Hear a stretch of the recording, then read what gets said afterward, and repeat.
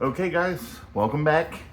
This is Bob again, and I'm going to be talking about Savage Dragon #2. Again, I think this and the Max were, story-wise, the best comics to come out of Image.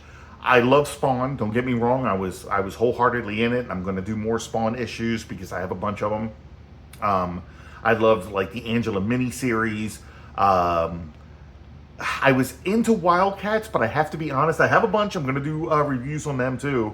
Um, I liked the artwork, but the artwork wasn't getting me like it was doing originally with X-Men, right? Because I do love Jim Lee, but I love Jim Lee's X-Men better than Wildcats, but I did enjoy the artwork in Wildcats. Um, I liked the story of Shadowhawk. I did a little doodle of Shadowhawk here. If I can get it up here we go. I don't know. I saw a video of Valentino drawing this on YouTube for like Sci-Fi Comic-Con thing or whatever. And I was like, okay, I'm just going to go ahead and doodle Shadowhawk myself. But I liked all of the ones that came out. I even kind of liked Wetworks. Wetworks had awesome artwork. Will Spartaccio is amazing. But the story was, because I think Brandon Choi was writing it, and honestly, like Brandon Choi wanted to be Chris Claremont, but just did not have that ability. But anyway, we have Erik Larsen here with another like huge, fast-paced, action-packed issue of Savage Dragon. Okay, this cover is awesome.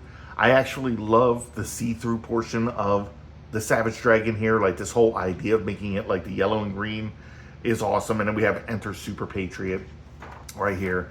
Now we are still getting colors from Gregory Wright. Okay, so that is one of my favorite things about the first 3 issues of the Dragon.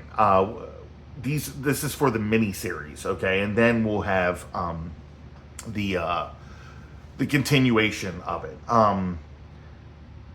So I like this. We have special thanks to Fabulous Fabian Nicieza for helping design the new improved Super Patriot. So I like that. As far as I can see, Fabian usually gets a lot of shit from Liefeld because, he had helped co-create a lot of those characters that Liefeld takes 100% credit for. And Liefeld is out there saying that this man never did anything. But, whatever. But okay, so we have the dragon going through a sewer. And I'm loving, again, the color work here. This does not look like, it says that Ollie Optics is doing color separations, but this is really still looking like what we were getting in the adjectiveless Spider-Man from Erik Larsen, right? We're getting the same type of colors, and it doesn't really look like it's digital. Like, look at this separation here, right? There's not much of a fade to it, okay? But here we go. This is insane. I love everything about this. The dragon comes up on this Spider-Man whose name is Arachnid, okay? And we can see the bodies of dead children all over the place. This thing was feeding on like all of these children and everything and just getting fatter and fatter. And now the dragon has shown up to take him down, okay? So he attacks. It's wild to me, like the character design here. I'm not sure why he had a wrapped up face, and I don't think it ever really tells you. But like he's kind of wrapped up in a lot of places. But I don't. He could have been like the way he's getting so fat from draining these bodies or whatever. Would be like a tick, you know what I mean? So he could have been like a tick as well. But so he fires the web at Dragon. Dragon's firing back with his Uzi until he gets the gun destroyed. Like, it's not just knocked out of his hand, it literally shatters like glass, which seems to happen a lot in comics. And then he knocks Dragon over here when Dragon's like, all right, fuck this, I'm gonna take care of this right now. And boom, right? Look at the sound effects and every panel here, right?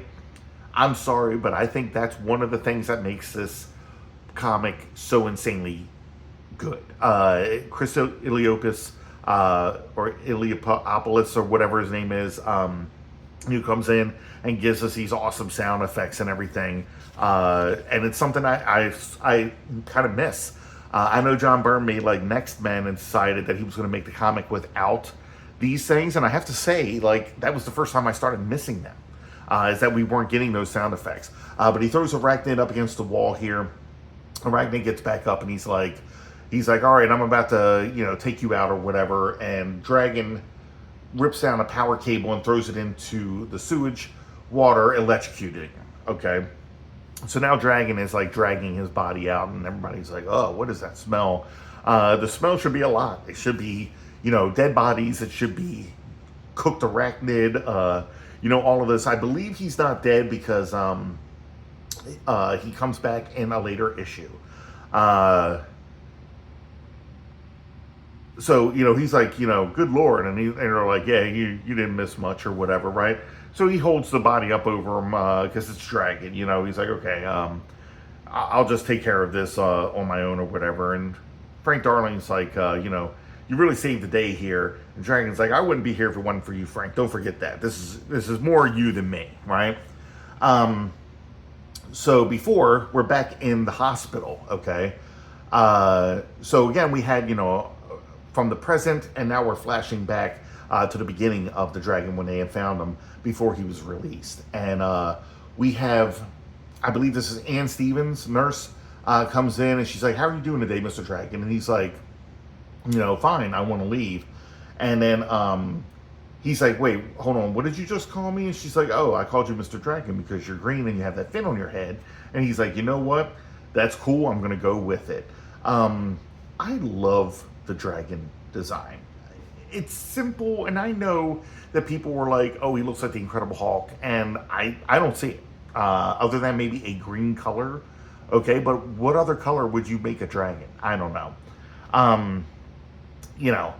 mean, yeah, okay, in D&D we have a lot of different, dragons or whatever, but, colored dragons and all this, but when it comes to, like, this comic book type of character, I believe that's the color you would have gone with.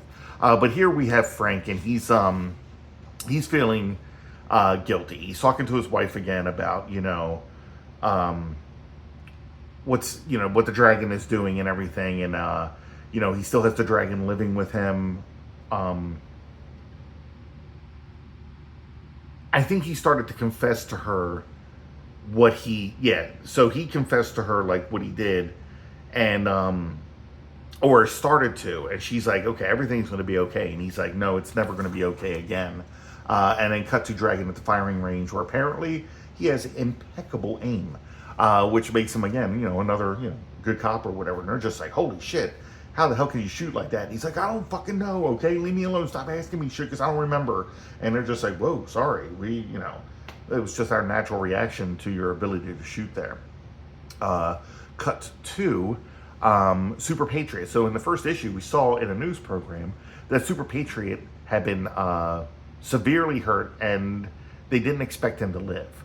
But apparently, they put him through Project Reborn, okay, and here he is. So now he is a cyborg with, like, from help, created from Cyber Data, okay, which is from Cyberforce, and they brought him back, okay. It's an awesome picture, all of it. From all the wires and everything going into Super Patriot here. I like the design. I can see why he gave a shout out to, like, whoever helped with it or whatever. It's pretty awesome. This is one thing where it's like, I see Dragon. I know that he has an idea of Dragon's height and weight, and that Dragon's not like a super tall dude or anything. I think he's like 6'1" or 6'2" with the fin, which brings him down to like something like 5'9" or something like that without the fin, or, I don't know. The fin looks pretty huge. So, he's telling you that, he's a relatively short dude. So when you see him kind of like this, sometimes it's a little weird. But here, he's seeing Debbie Harris, who is a girl who lives down the hall. And she's like introducing herself to him. And, he's letting her know, like, hey, I'm just moving in, and, I don't have much to move if you're looking, like, to help or whatever. And he said that he was staying with a friend, So they're just having a casual conversation, and she's kind of greeting him to the new building. But, of course, she's this, like, cute blonde wearing Daisy Dukes or whatever. So, he's going to chat her up until he gets something from his beeper, if we all remember that. So if there's anybody under 30, I guess, who who is watching this video, a beeper used to be a way to alert somebody that you wanted them to call, or that you had or that there was an emergency, because we didn't, cell phones were not mainstream yet at the time. Okay. So he gets a beeper thing and he's like, it's an emergency, I gotta go, see ya. And he takes his motorcycle out there. Can I just say, this is completely badass. Like, I love the whole thing.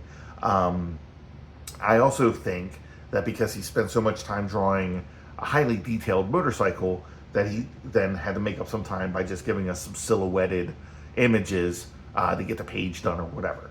So, but this is just freaking awesome. This is how you draw a motorcycle right here. So apparently, we have a bunch of super freaks again in a mall, holding a bunch of hostages, and these are the guys that we saw from the end of the first issue, where the big baddie told them to do whatever they can to take care of Dragon. So I think they went in there and did this in order to get Dragon's attention, and then there you have it. He just walks right in. Okay, he even threw the gun away before going in. Like, I'm not going to need this. Let's try to do something a little different or whatever, right?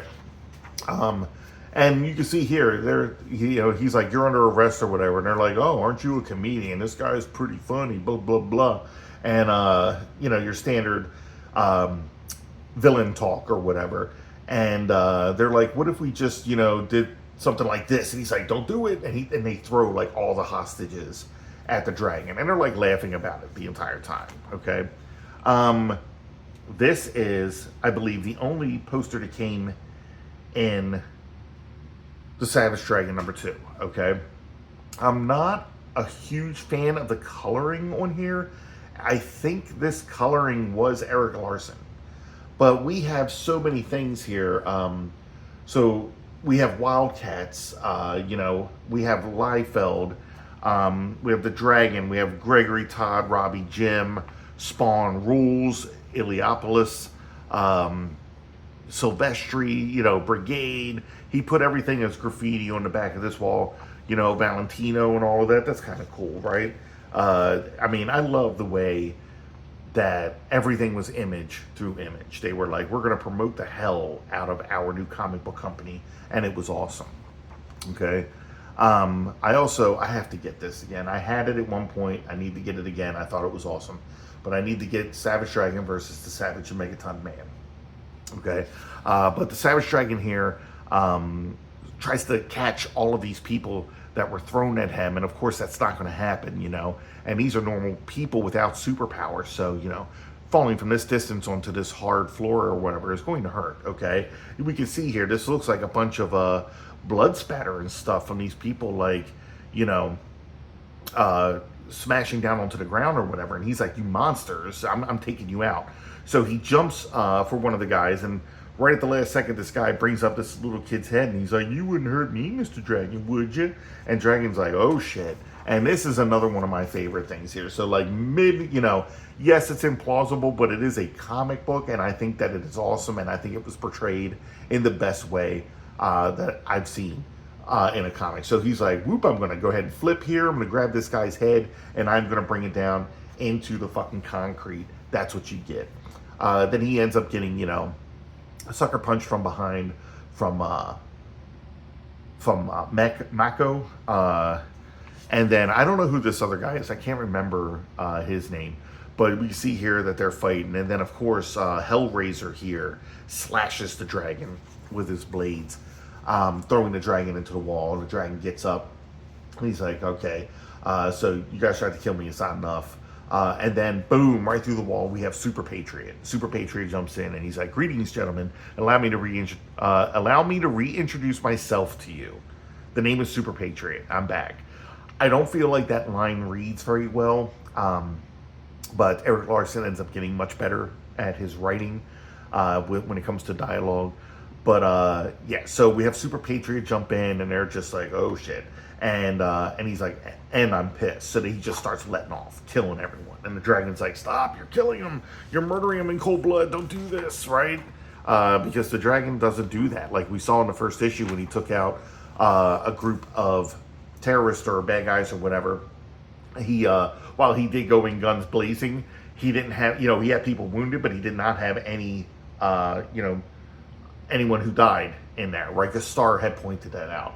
So he grabs Super Patriot by the guns here, or what's his arms, and it looks like that Super Patriot shoots a blast from his. I'm just gonna say it, shoots it from his dick, and electrocutes the dragon here, and then starts. And also his hands start to form back into fists, where he starts beating the Savage Dragon up, and he's really beating the crap out of him, and he's got him dead to rights now, and he's about to blow him away with this insane army cannon here, which is I pointed this out in a Liefeld comic that one of the guns Chapel was carrying were just a bunch of tubes, and this is just a bunch of tubes.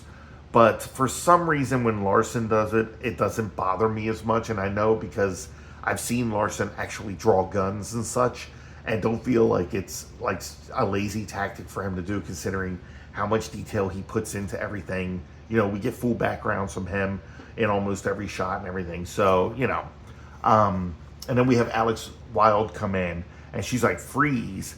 And Super Patriot's here. It's like, not yet. I still have justice to serve. And she's like, don't shoot, you idiot. He's a police officer. And immediately he starts to glitch. He's just like, hold on, error, reboots, abort, So he's like, police, I'm sorry, I can't, I'm sorry. And Dragon's like, okay, here's my opportunity to scramble your brain even more, okay? So he hits him, with both fists or whatever. Super Patriot goes down, and Dragon is just bleeding out like crazy, as you see here from the cut from Hellraiser. And he's just like, what the hell? Like, oh my God, all my blood is all gone here. And he passes out. And then this is, a scene that shows you all of the carnage that just took place. And then Dragon in the middle of it, in a pool of his own blood and everything. And Officer Wilde sitting here like, oh my God, no, I don't know. That picture just says so much. And then that's the end. That's the end of issue number 2. Nice cliffhanger. Will Dragon survive? We don't know Dragon yet. We're just learning. We don't know that Dragon, can suffer impossible injuries and just come back from it with, no issue. Again, we have fan art from people. This is something I really loved. Again, it's not something you see much in comics nowadays. I kind of wish I did, but I think it's more that, back in the 90s when this was going on again, they sold millions of copies of these books. There were tons of them out there. So everyone was reading this stuff, all the time. So you don't have that now. That's not what it is now. Now it's, I guess they would have to send pictures into Disney to have it shown at the end of a movie, It could, that would be it, because comics aren't the thing that people are into as much anymore, because they have the television shows or the movies and such. So that was Savage Dragon number 2, one of my favorites. Love Erik Larsen. The man was made to make comics, and I just enjoy it all. I do have a bunch of issues of the earlier Savage Dragon that I can go through, but they were just ones that I ended up finding or were given to me. Mostly what I read are the collected archives editions, which are in black and white. And to be honest, I could go through all of them, and I just might. But okay, guys, so that was the end of this video. I want to thank you guys for watching. If you liked the video, please hit like. If you want to see more, please hit subscribe. I'm a comic book artist, and I'm trying to get my name out there, so any little bit helps, and I really appreciate it. So until next time, guys.